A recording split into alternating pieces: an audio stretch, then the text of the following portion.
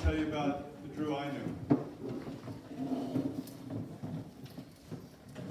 And I'm not as eloquent as those performing. But I will tell you this. I got to meet Drew when he was 13 years old. And when I met Drew, he was a shy young boy. And this is no kidding. He hid behind his mother. He did not. Yes, he did. Not my baby. But he was, even in his shyness, he was always watching. He was cautious. And he was quiet. That was as a young teenager, early on. Years go by, and I got to see him as a older teenager. His mom, I wound up getting stationed in Camp Pendleton, California. And the year before we left, in 1999, his mom let him come out there and hang out with me for a week. And then during that week, we drove back. Now, Drew was 16 at the time. I said, we take off at 10 o'clock at night for a 20-hour drive back here from Pendleton.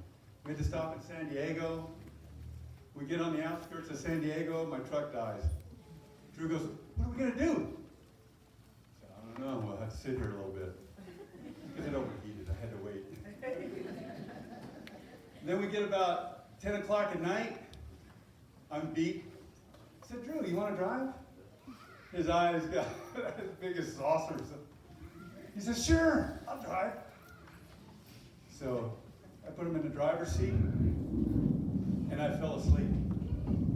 Drew drove until about 3 in the morning. Now I wake up, we got to pull over for gas, and I said, Drew, how you doing? He goes, I'm fine. I said, are you sure? Oh yeah, I'm good. I said, I could drive for a little while. He goes, no, I'm okay. So we sat there and I told him a few things that I knew about the stars, how to find the North Star, using the Big Dipper, or using the crescent moon. It was just neat little things that we talked about. Finally, I change over, and now I'm going to drive. And we get out the outskirts of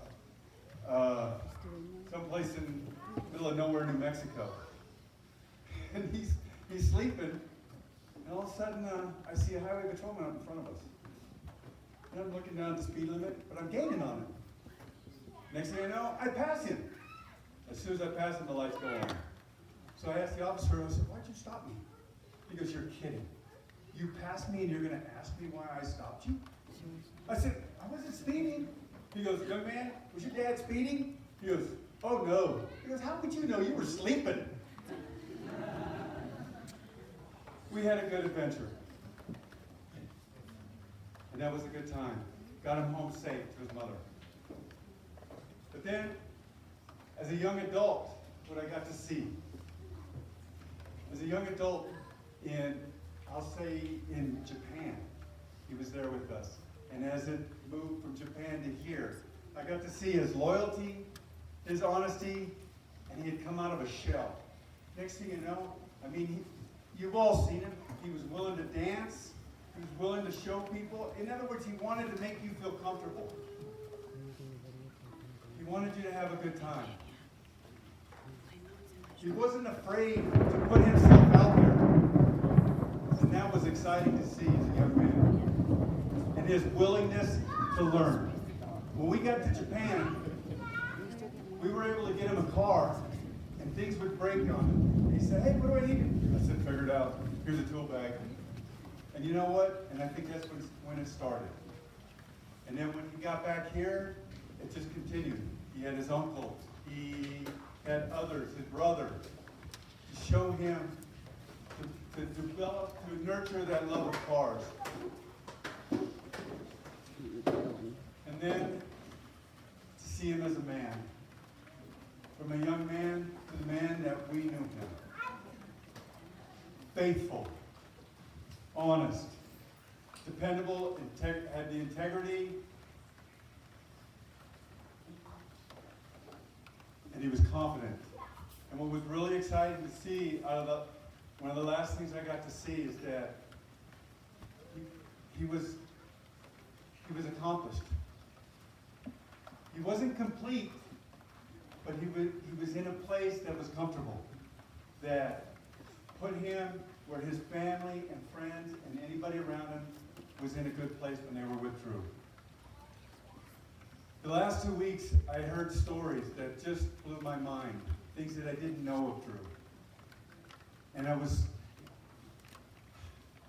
really exciting to hear. And what I learned from my perspective as a father, stepfather, a friend, whatever, of Drew had become the envy of a lot of men. Not in a bad way, they were just envious to be like Drew. But you know what? I couldn't be more proud of him, of the man that he became. And I say it over and over again. He was a good man, and I'm very proud. And with that, I'll let it go on. Thank you.